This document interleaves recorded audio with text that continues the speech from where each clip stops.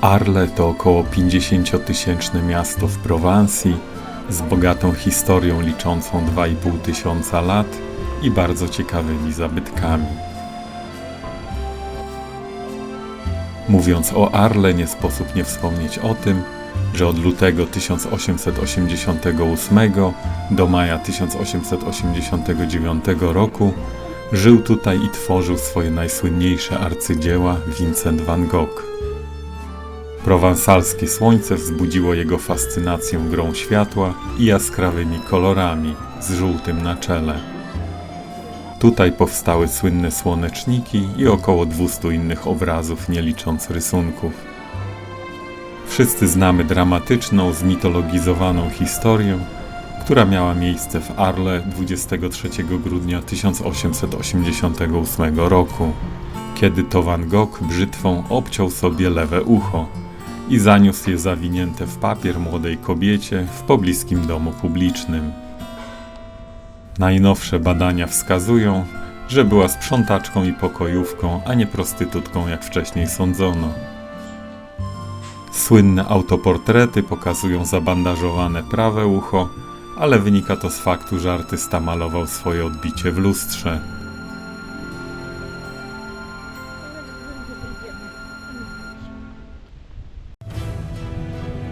Przed nami rzymski amfiteatr zbudowany około 80-90 roku naszej ery na rozkaz cesarza Domicjana.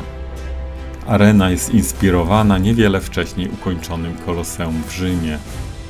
Zewnętrzne wymiary wynoszą 136 na 107 metrów.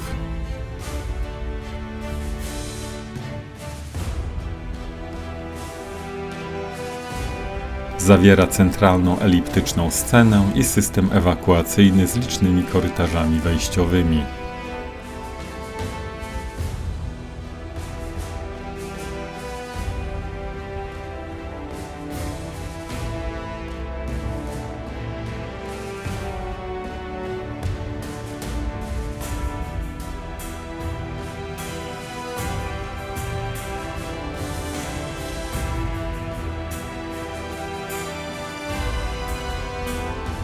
Tutaj walczyli gladiatorzy aż do końca Cesarstwa Rzymskiego.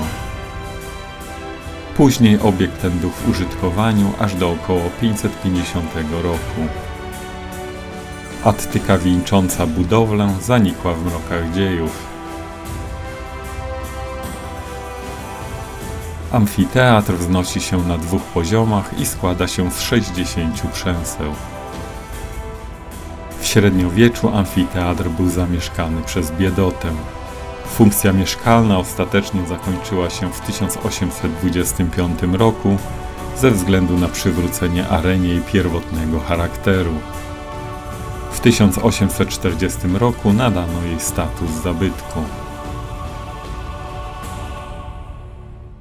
Z najwyższego poziomu amfiteatru jest najładniejszy widok na dachy okolicznych budynków.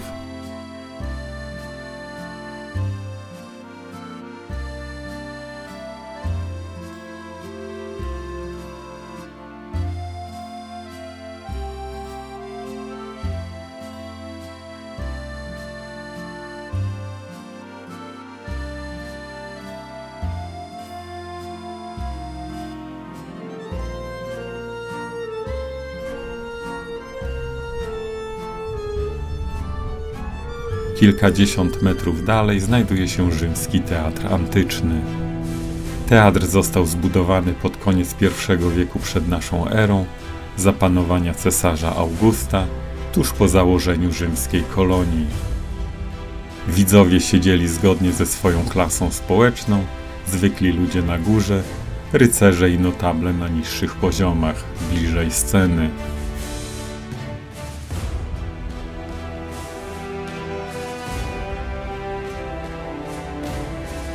Teatr oferował przedstawienia z udziałem aktorów. Były to rzymskie lub greckie tragedie, komedie oraz pantomimy przeznaczone dla bardziej wyrafinowanej publiczności. W tym czasie Kościół zaciekle sprzeciwiający się pogańskim widowiskom zaczął wykorzystywać teatr jako kamieniołom do budowy wczesnochrześcijańskiej bazyliki Saint-Étienne z V wieku. Do dzisiaj na miejscu tej wczesnochrześcijańskiej bazyliki stoi bazylika świętego Trofima przy Placu Republiki. Rzeźbiony portal został dodany do kościoła pod koniec XII wieku. Portal jest jednym z dwóch największych zespołów rzeźbiarskich sztuki romańskiej w Prowansji. Nawa główna ma 40 metrów długości, 15 metrów szerokości i 20 metrów wysokości.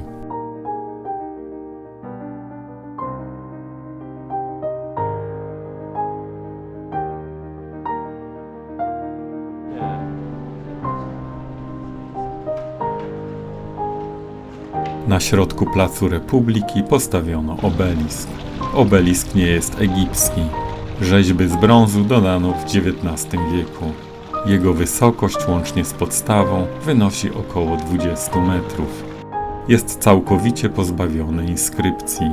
Czerwony granit, z którego został wykonany, sugeruje pochodzenie z Azji Mniejszej i został wzniesiony za panowania cesarza Konstantyna Wielkiego w IV wieku. Kościół Świętej Anny obecnie służy jako przestrzeń wystawowa. Barokowy ratusz został ukończony w 1676 roku. Fragmenty konstrukcji rzymskiego forum ponownie wykorzystano w murze kamienicy na dzisiejszym Place du Forum. Połowa frontonu i dwa kapitele korynckie to jedyne pozostałości małej świątyni na starożytnym forum rzymskim w Arles.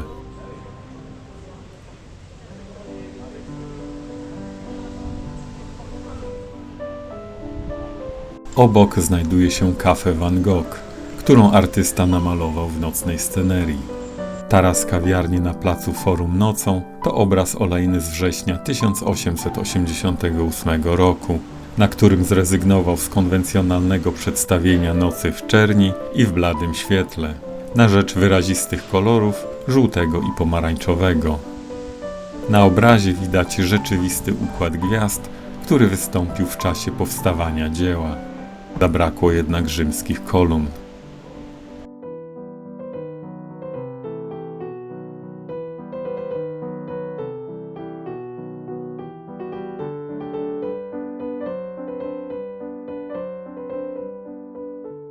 Kryptoportyk.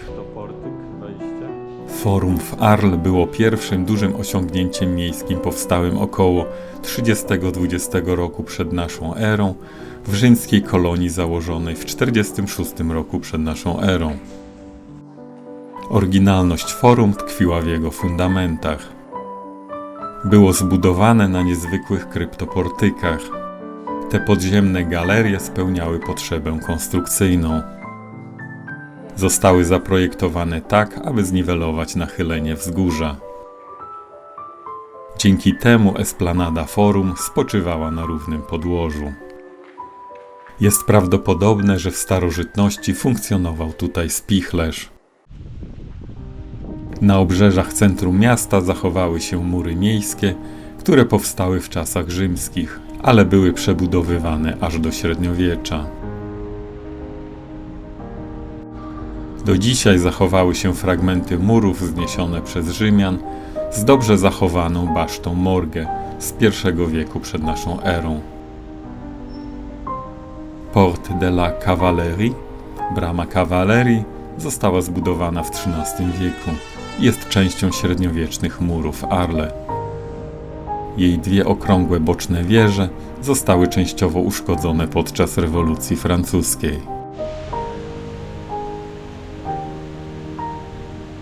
Alicamp to nekropolia pochodząca z czasów rzymskich. W starożytności było tu bardzo wiele sarkofagów. Alicamp najpierw była pogańską, a później chrześcijańską nekropolią. Od XI do XIII wieku cmentarz ten był znany w całym chrześcijaństwie. Od czasów renesansu prałaci, jaśnie panowie i królowie kradli najpiękniejsze rzeźbione sarkofagi, aby wzbogacić swoje kolekcje.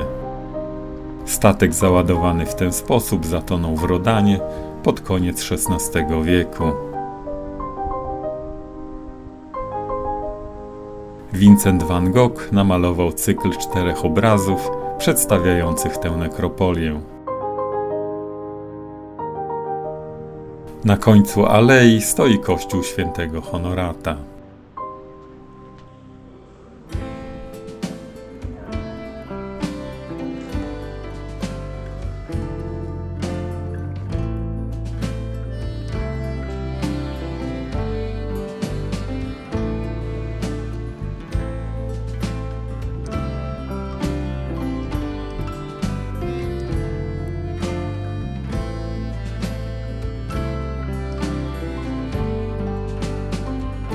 Termy Konstantyna Wielkiego zostały zbudowane na początku IV wieku, gdy cesarz Konstantyn Wielki rezydował w Arelate.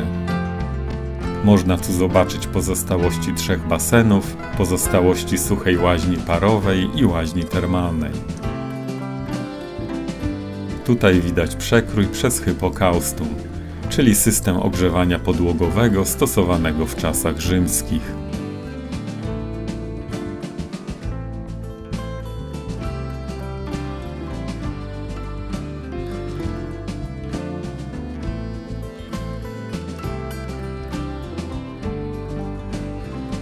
Przez Arles przepływa Rodan, o którym wspominałem podczas wizyty w Awinionie. Gorąco zachęcam do odwiedzenia tego miasta, bo naprawdę warto. Jeżeli wcześniej poczytacie o rzymskiej kolonii Arelate i o Vincencie, wizyta będzie jeszcze bardziej interesująca.